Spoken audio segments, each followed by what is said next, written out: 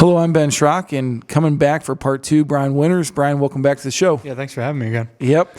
So today, in the first episode, kind of recap, just dove in a little bit deeper about the NFL and Brian's experiences through that, and how he really became a good saver, and the techniques that he used and influences that he had, and all that kind of stuff. So you can always check out part 1. It was a really good 30-minute episode, which is a little bit out of the norm for us. We're usually used to about 10 to 12 minutes. So look at that. Good conversation, man. It was fun. Good. But part 2, we're going to kind of dive into life after football, and we don't know when that date may be, kind of to be determined for Brian, but we're going to kind of get into his brain a little bit and see what he wants to do. And so, Brian, I guess we'll kind of start off with that. Have you thought about life after football, or has it always been so laser focused on football that you didn't really think about that? Yeah, it's always been football from the time I started. But, going back, like you asked me in part 1, if I wasn't playing football, what would I do? Yeah. And I think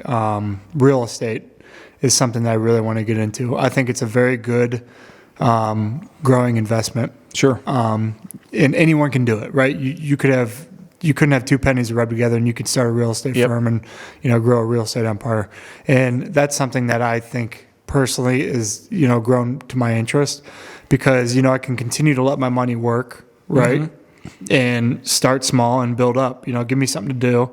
Let that work, and have fun with something. Sure. Was it always real estate, or is it more of a recent thing that kind of clicked for you, or what kind of got you to that door? I'm a big numbers guy, right? Yeah. So I'm always constantly crunching numbers, mm-hmm. right? I'm thinking about things to keep growing. Like say I'm done playing football, right? Sure. I just want to continue to make money, right? And that's my biggest thing. So that was something, these past couple of years, I was, just seeing how, you can grow such great wealth Sure. through real estate, like I said, from nothing. So, if I don't feel like touching my money and letting it grow, I can continue and do real estate, and I can, start with one building and, go on, so forth, so forth. Mm-hmm. Yeah, and we're going to unpack that quite a bit because doing real estate at its core, there's so much you can do with it, and we're going to take a deeper dive into that here in a second.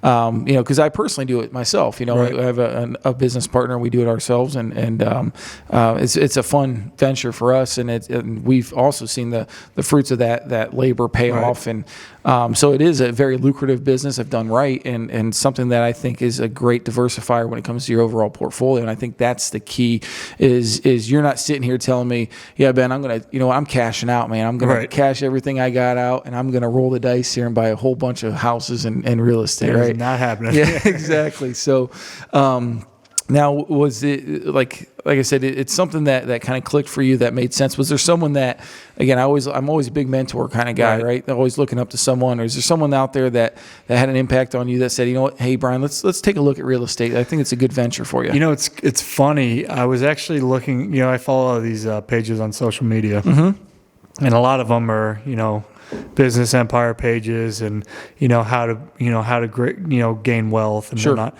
And real estate was one of them. And so I'd go down a rabbit hole. I'd just click one page and lead me to another. And next thing you know, I'm following a guy who started from nothing and has 350 doors. Yeah. And he's making a crazy amount of money. So I kind of started following his page and kind of just been. I've actually talked to him and picked his brain over it. And it's one of those things that. It's pretty cool. It's pretty cool to hear his side and how it happened. Yeah. And like you said, I think that's the cool part. And you made a mention that earlier. He started from nothing. If you go back now again, looking at Trump, he didn't have nothing. He didn't Right. come from nothing. So but he built a mega empire. Barbara Corcoran, who's on the Shark Tank. Right. She literally, I believe she was a waitress at one point in time and built an Real estate. empire. It's just unbelievable. Grant Cardone. You can go on and on with those types of names in the real estate business that have really done well for themselves. And it is something about. That I still think there's like the bootstrap mentality too. Absolutely. Though you gotta put in the time early on to build it out to that scale. When it comes to your world, like, are you thinking I want to build this empire? Are you thinking I want to kind of a tight, nice run company that is very efficient, just cranking out income, or like have you given much thought into the metrics of the business itself? Yeah, I was thinking like, maybe start with, a certain amount of money and build from there. So let's just say 5 doors, right? Sure. And you're looking for a place, middle class homes, in that $200,000 range, and you're building from there. And the 5-year plan is to have 25 homes. If you could gain 5 a year, sure, you're on the right track. So my biggest thing is I don't want to pull money from this. I just want to put everything back into the company, right? Yeah. So if you get 5 homes, whatever your profit is, you're rolling that back into it. Yep. You know what I mean? And building from there. That makes sense, and I always go back to that. Okay, if I had nothing, if I'm listening to this and I'm saying this guy's telling me if you don't have 2 pennies to rub together and you can go build a real estate, bull crap. Right. How do you do it now? We look at this and say, okay, then start small. Right. You just mentioned, okay, buy 5 doors. Well, I can't do that. Right. How do we start small? I look at it and say, if we want to start small, I'll go buy a duplex, right? And I'll live in one half, rent one half, rent the other half out, and pay it off quicker than take the equity out of that and go buy another one. Boom, boom, boom. Just how it kind of snowballs. So you have to be a little bit patient on the front end, right? You can't just go in there and just dive right in. You got to start a little bit small, or maybe start a little bit large. Depends on your savings, right? Yeah, and there's starts to each. Everyone's got to start to their story. So, my story could be different than yours, but I don't think it's smart to just pull $1 million out and go buy a bunch of homes, Sure. right? I think you got to if it's something new to you and you have no idea what you're doing. Yep. You might as well start small and build your way up. Build confidence, figure out what you want to do and how you want to do it. If you want to, do condos, if you want to do single family homes, different things like that. You got to, and I think it's good to have a mixed portfolio, obviously, but you got to figure out your niche and you got to figure out what you want to do and attack that. Yeah. And it's interesting you said that because it reminds me of what we talked about last time, how you said, starting small. You were talking about like the Robin Hoods, right? Like starting small in the investment world. Okay, I'm going to dabble with a couple $100, see how it goes. I love that about you because it tells me you're a little bit more, you err on the side of caution. Absolutely. You're not just going to just go all in from day one, which is great. So I love that advice, and I think that's great for anyone that's listening in terms of how you get started in there. So now when it comes to the passive income nature of it strikes me as like your fit with this. You made mention earlier too. I don't want to work a 9-to-5 job, right? Is this why real estate is kind of that thing for you? Yeah, I think it's one of those things that you can be as hands-on as you want, right? Yeah. Or you can work from afar. And I just think real estate will take you to wherever you want to go. If you want it to be a big thing, or you just want it to be something that, keeps your attention, keeps you busy. Sure. Like you can either build that empire that you want, or you can just, it could be something that you want to do. And I want to do it to the point where, something I can pass on to my kids, right? Because I want them to understand that, like, I don't want them to just see me not doing anything, right? Sure. So I want them to understand, like, the value of a dollar, like we talked about, Yep. and work ethic and all that. So I want them to see that, and I want them to understand that, like, this is real life. Yeah, and I think that's a great thing, and I love that too with you being, we said you're being conservative, but again, I think you're a risk taker at the core. Anyone that starts a business has, guts to take a chance. Right. I was 26 when I started this business. Now we're celebrating our 10th year. And if I would honestly go back in time and think, well, I give advice to a 26-year-old, I'd be like, you're crazy. Right. What are you doing? Same thing with you. You said, I went all in when I knew I was going to go or thought I could go play at the next level. You took that chance, and here you are again. You obviously you were rewarded with that, so you did the right thing. But you're ready to roll a dice again? Yeah, risk taking, I think, is all about it, right? Like, I'm always, I don't want to be average, and that shouldn't be a mentality in life. You always want to be the best that you can be, right? Sure. So put everything into it. If it isn't financially, like, do whatever you can to get to that point where you can, like I said, going back, you can start with one place. Yep. It doesn't have to be 10 places. It doesn't have to be 5 places. Just get one place, get your foot in the door, figure out if you like it, and build slowly. You could have 5 places in 10 years, right? Which is still great. It doesn't have to be, 5 places a year or whatever. Just start somewhere. Right, and you don't have to have 100 units with 50 employees running the show. It's everyone. I always look at it as like in our world. There's a lot of advisory firms that run theirs on a growth-based mentality, and some that run it on a lifestyle-based business model. Where I'm going to work 3 days a week, and that's it, and take 4 days off and vacation, do everything else, or I'm so focused on growth that I'm going to work, 40 to 60 hours a week, and just continue the grind to grow as fast as I can and buy multiple businesses. So, I always look at it from our angle. I think we're kind of somewhere in the middle. I like the lifestyle practice of it because that's, we work hard to enjoy life, but I also want to grow at a certain pace too. If you felt anything like your drive for this real estate, have you felt anything like that? Do you feel like it's more of a lifestyle, or you feel like more growth, or are you kind of somewhere in between? Yeah, I'm in between. I just want to, like I said, leaving the NFL, whenever that is, I just want something to stay busy, right? But wherever that direction takes me, like if it grows to like a crazy rate, I'm going to be super, super excited about that, right? But if it takes time and just keeps my attention, I'm fine with that too. I'm going to do whatever I can to make this business. I'm going to put all my eggs in one basket. And, just work hard at whatever it is. Right. And is it something that you've always had this itch like this? That I always relate to like the entrepreneurs. This is a great episode for us to kind of kick that off. I'm really trying to grab more business owners and entrepreneurs like yourself that are I can sit down and talk to and interview. And I'd love to fast forward 3-4 years from now and get you back on and say, look, tell me what you're doing now real estate wise. But I tell you, I got one house in 4 years. Exactly. Good job. Yeah, right. But riding the moped from door to door. But is it something that you've always had, that knack, that itch that you're like, I want to own my own business someday? Has it been like a driving force behind that? Yeah, absolutely. I think, in the NFL, like you control your own path, right? Sure. You can be as good as you want, or if you're bad, you're cut and you ain't playing anymore, right? So when I'm done with this, I think that mentality is going to carry on with me, right? And I want to distill that in my kids, and I want them to understand that like everything that you work for, like nothing comes easy and nothing comes free, right? You got to work hard for it, and I think that is the mentality that I have. And I think that's a lot. I think that's very true in the NFL too, Brian. That. You're almost on an island, right? You're part of a big team, big organization, and work for a big corporation there, but it's you, your brand, how big you want to scale it, right? Look at LeBron, Michael Jordan, all those, the brands that they build.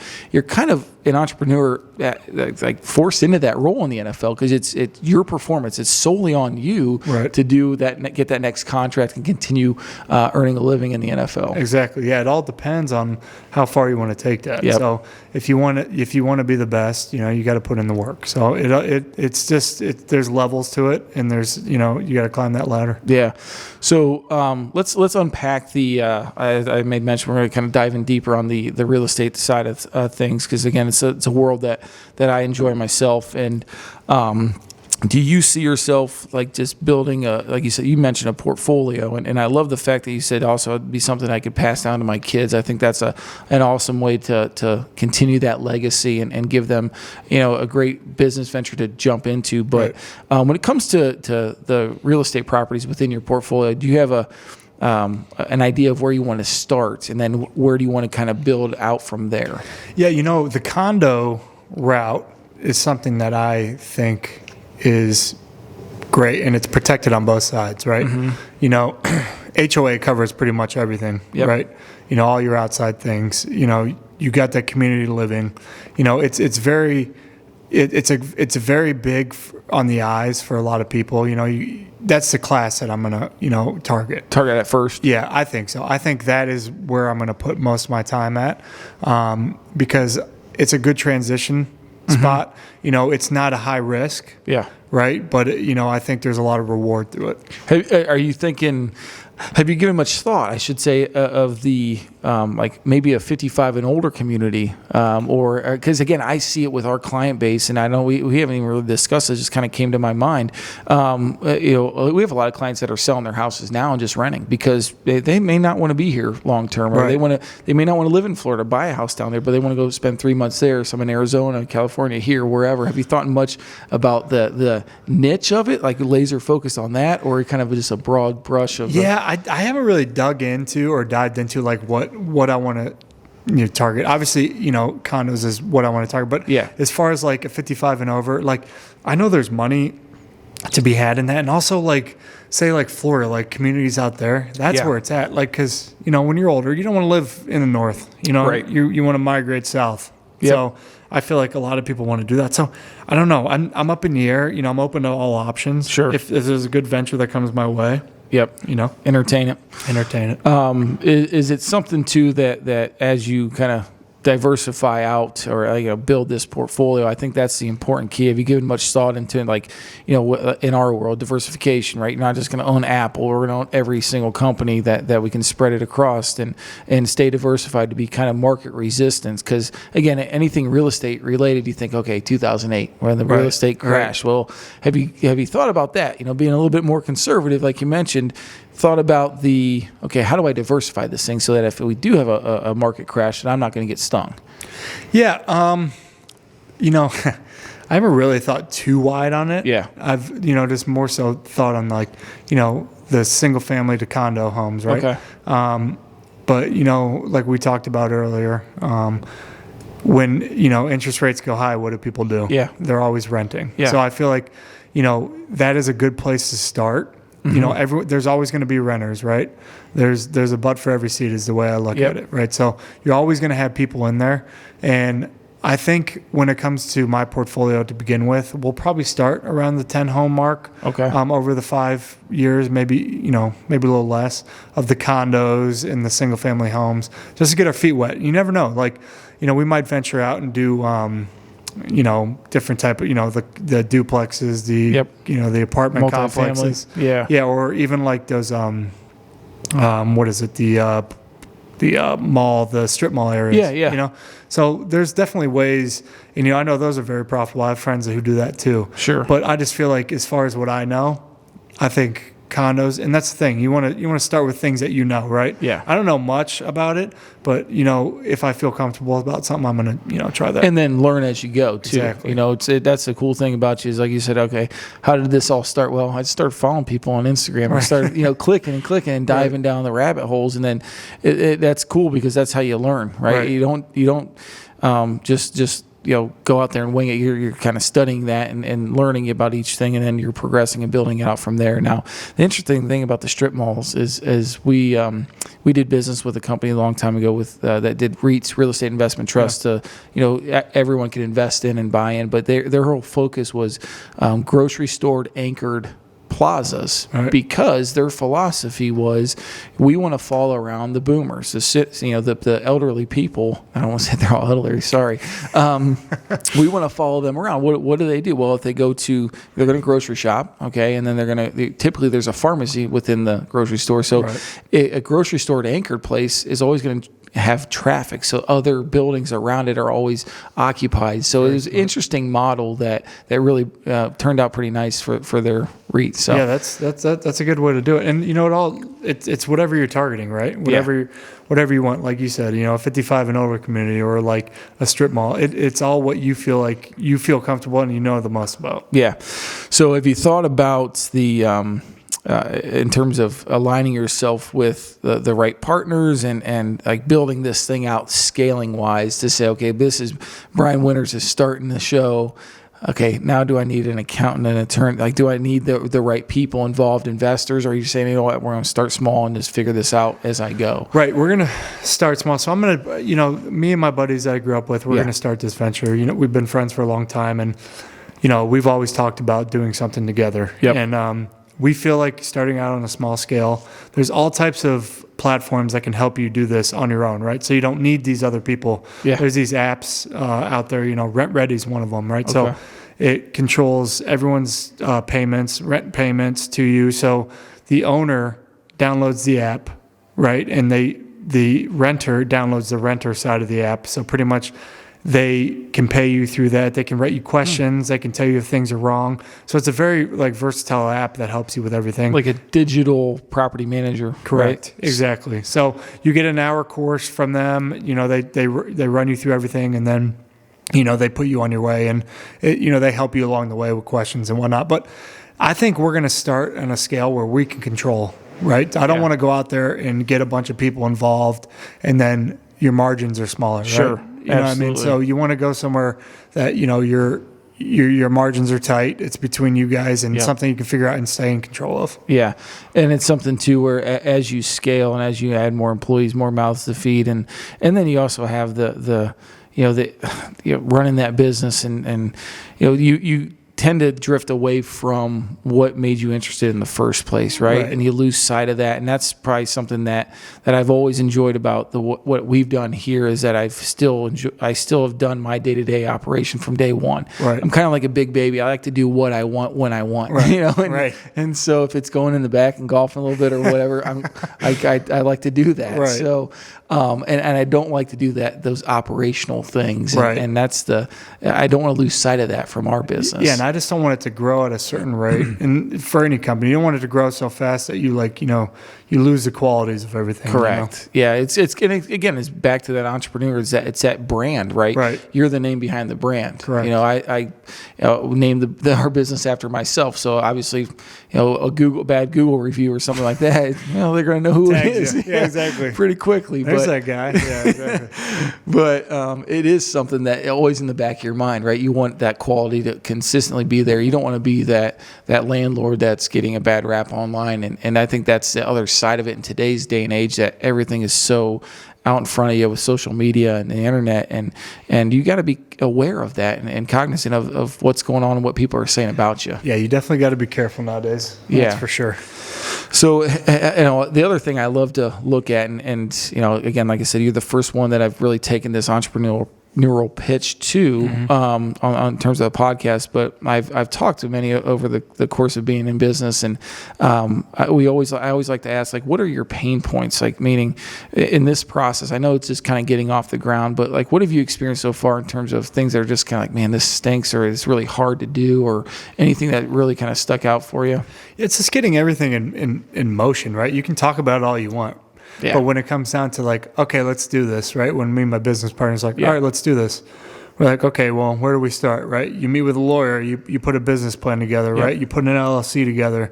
Like, there's a lot of steps to it prior to it taking off, right? Yeah. And then finding a good place. You don't want to just jump into like some random place, with bad units or, that is very outdated, just because you think it's a good thing. But like, there's like a lot of due diligence you got to do through everything.